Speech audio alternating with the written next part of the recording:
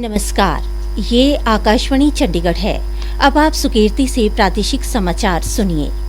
आज अंबाला में डॉक्टर श्यामा प्रसाद मुखर्जी जी की जन्म जयंती के अवसर पर आयोजित विशेष पुष्पांजलि कार्यक्रम आयोजित किया गया। कार्यक्रम में केंद्रीय मंत्री डॉक्टर जेपी नड्डा और हरियाणा के मुख्यमंत्री नायब सिंह सैनी ने डॉक्टर मुखर्जी जी को श्रद्धा सुमन अर्पित किए और उनके राष्ट्रवाद, अखंड भारत और जन सेवा के विचारों को याद किया। केंद्रीय मंत्री जेपी नड्डा ने कहा कि डॉक्टर श्यामा प्रसाद मुखर्जी का जीवन देश की एकता, विचारधारा और राष्ट्रहित के लिए समर्पित रहा। उनकी जयंती पर यह कार्यक्रम उनके विचारों को जन जन तक पहुंचाने का यह एक महत्वपूर्ण अवसर है। इस अवसर पर उन्होंने गत 12 वर्षों में हरियाणा और देश के अन्य भागों में हुए विकास की भी चर्चा की। आज विकसित भारत में और बढ़ने में विकसित हरियाणा तीव्र गति से आगे बढ़ रहा है। लगभग 1300 किलोमीटर की नेशनल हाईवे 12 सालों के अंदर हरियाणा के अंदर बनी है। उसी तरीके से अगर हम देखें तो 800 मेगावाट का Deenbandhu Chhoturam thermal power station जो यमुनानगर में 8,469 करोड़ रुपए की लागत से बना है, उसको भी प्रधानमंत्री जी ने हरियाणा की धरती को डेडिकेट किया है। उसी तरीके से रेवाड़ी बाईपास लगभग 1070 करोड़ रुपए की लागत से बना करके आपको समर्पित किया। कार्यक्रम को संबोधित करते हुए मुख्यमंत्री नायब सिंह सैनी ने कहा कि यह अवसर राष्ट्र की चेतना, विचार और संवेदना को नमन करने का महापर्व है।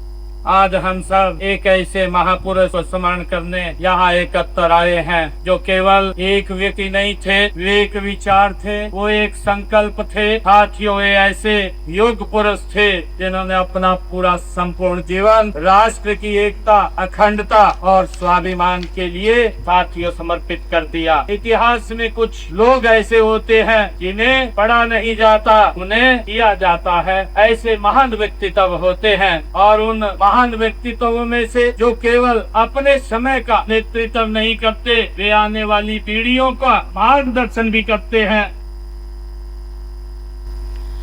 उन्होंने कहा कि डॉक्टर मुखर्जी ने अखंडता के लिए अपना बलिदान दिया।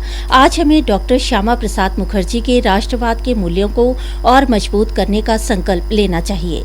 मुख्यमंत्री ने समारोह में घोषणा की कि अंबाला में लगभग 85 करोड़ रुपए की लागत से बनने वाले साइंस सेंटर का नाम डॉक्टर श्यामा प्रसाद मुखर्जी के नाम पर रखा जाएगा तथा शहीदी स्मारक में उनकी भव्य प्रतिमा भी स्थापित की जाएगी।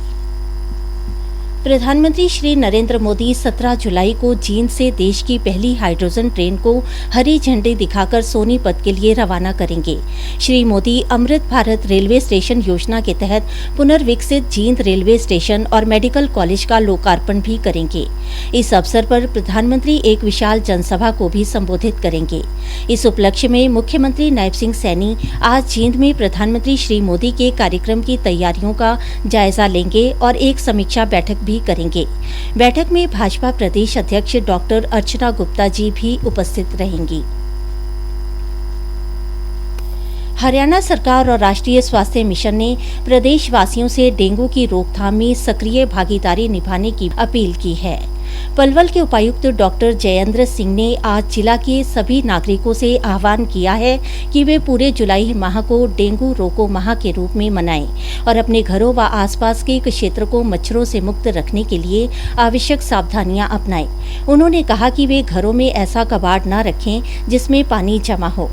उन्होंने बताया कि स्वास्थ्य विभाग द्वारा डेंगू के उपचार के लिए पर्याप्त प्रबंध किए गए हैं। इसी के साथ ही प्रादेशिक समाचार समाप्त हुए।